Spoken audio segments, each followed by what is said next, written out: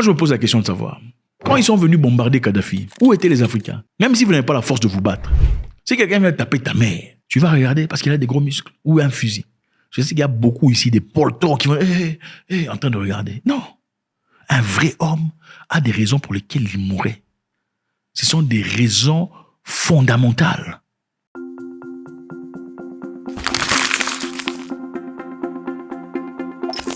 Le Danemark va fermer ses ambassades au Mali et au Burkina Faso dans les jours qui suivent.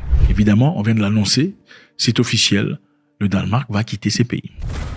Parce que d'après eux, le Mali et le Burkina Faso se comportent de manière inappropriée. D'après eux, vis-à-vis d'eux. Vous avez certainement déjà entendu parler de diviser pour mieux régner, n'est-ce pas? C'est une stratégie qui a fonctionné magnifiquement en Afrique. Diviser pour mieux régner. C'est comme ça qu'ils ont fabriqué les pays de toutes pièces.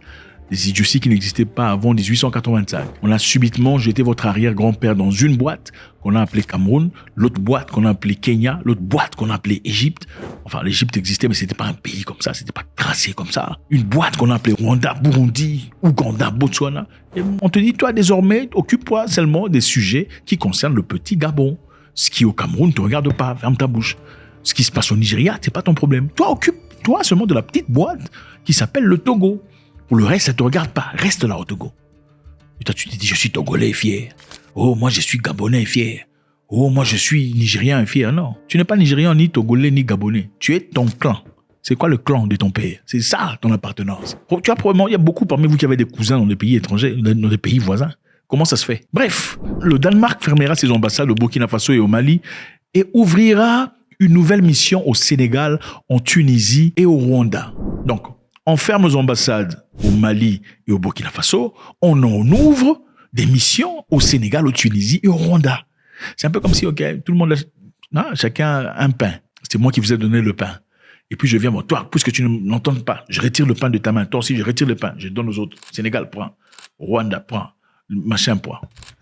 Au lieu que Rwanda, Sénégal et autres disent non, nous sommes frères, toi on ne te connaît pas, tu es étranger, comment ça se fait que tu retires le pain que tu viens de lui donner et refuser? Ils disent non, il n'y a pas de souci, venez. C'est la même stratégie qu'on a utilisée depuis très longtemps. Alors ceci se fait dans le cadre d'une nouvelle stratégie pour l'Afrique. Une nouvelle stratégie.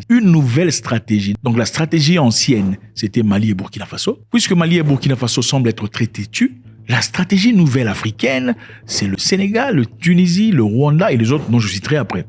Vous voyez un peu comment ça va. En raison de coups d'État militaires qui ont considérablement limité la marge d'action dans les régions du Sahel, les ambassades du Burkina Faso et du Mali seront fermées. Les ambassades, manifestement, danoises. La relation entre les deux nations du Sahel et plusieurs pays occidentaux se sont détériorées depuis le coup d'État militaire au Burkina Faso en 2022 et au Mali en 2020. Donc ce n'est pas parce que le Burkina Faso et le Mali ont un problème avec nous, Danois, mais c'est parce que leurs relations avec les autres pays européens se sont détériorées. La France a décidé de ramener son ambassadeur. Et donc dans les prochaines heures, notre ambassadeur avec plusieurs diplomates rentreront en France.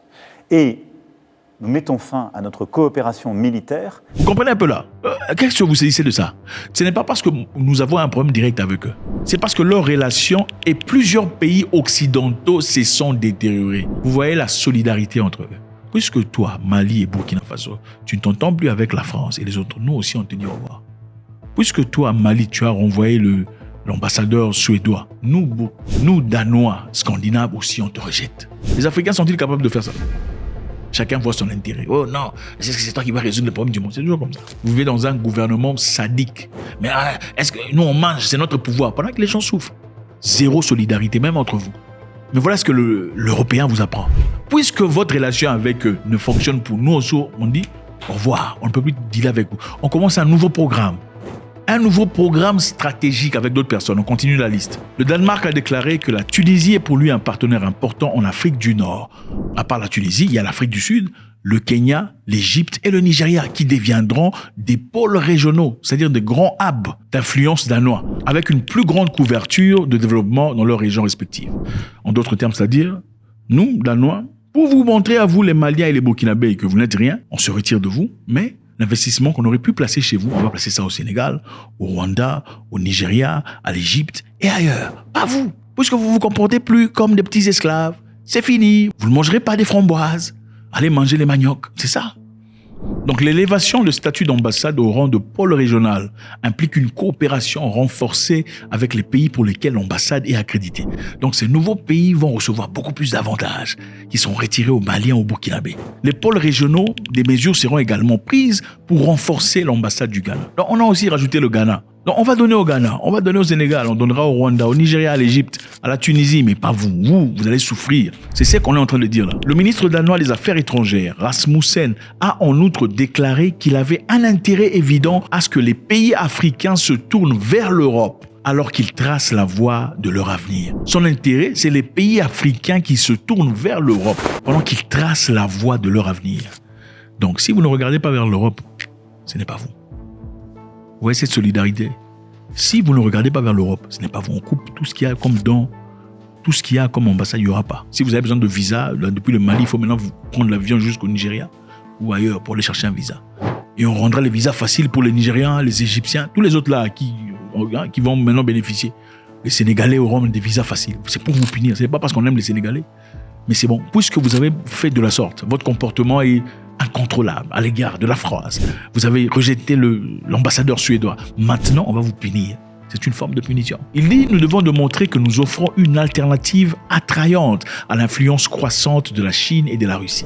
C'est ça leur adversaire. Okay? Nous y parviendrons en augmentant les investissements en Afrique et en ajoutant les échanges commerciaux entre entreprises africaines, en cultivant la compréhension mutuelle et en veillant à ce que davantage d'Africains puissent venir étudier au Danemark. Donc, désormais, vous aurez des visas faciles. Comme on vous le refusait depuis trop longtemps, maintenant, les petits poussins, puisque vous êtes dociles, vous aurez des visas faciles au Danemark. Moi, je me pose la question de savoir, quand ils sont venus bombarder Kadhafi, où étaient les Africains? Même si vous n'avez pas la force de vous battre. Si quelqu'un vient taper ta mère, tu vas regarder parce qu'il a des gros muscles ou un fusil. Je sais qu'il y a beaucoup ici des poltons qui vont en train de regarder. Non. Un vrai homme a des raisons pour lesquelles il mourrait. Ce sont des raisons fondamentales. Aucun pays africain n'a ouvert la bouche pour dire non, vous ne pouvez pas venir dans notre continent pour liquider quelqu'un, même si vous êtes fort. Où était l'Union africaine? Regardez ces gens, comment ils font. Quand on a bombardé le Mali ici récemment, on a fait cette attaque. Où étaient les Africains pour se lever, se fâcher et se léguer en communion? Toujours absents. Regarde la leçon. Le Danemark dit, puisque vous et certains pays européens vous entendez pas, nous aussi on vous dit au revoir. Et on ne vous dit pas seulement au revoir, on va donner des choses à d'autres pays qui sont plus ou moins dociles ou plus ou moins coopérants selon notre logiciel. Comme ça, vous allez souffrir. Si ce n'est pas souffrir, au moins vous n'aurez pas ces intérêts que eux ont. Facilité de visa. Vous allez avoir des visas. Visa pour le Danemark. Et le Danemark, c'est un vrai mbengue. Ce n'est pas comme la France. Qui a été au Danemark? Moi, j'ai été au Danemark. Je ne sais pas quoi dire. God bless.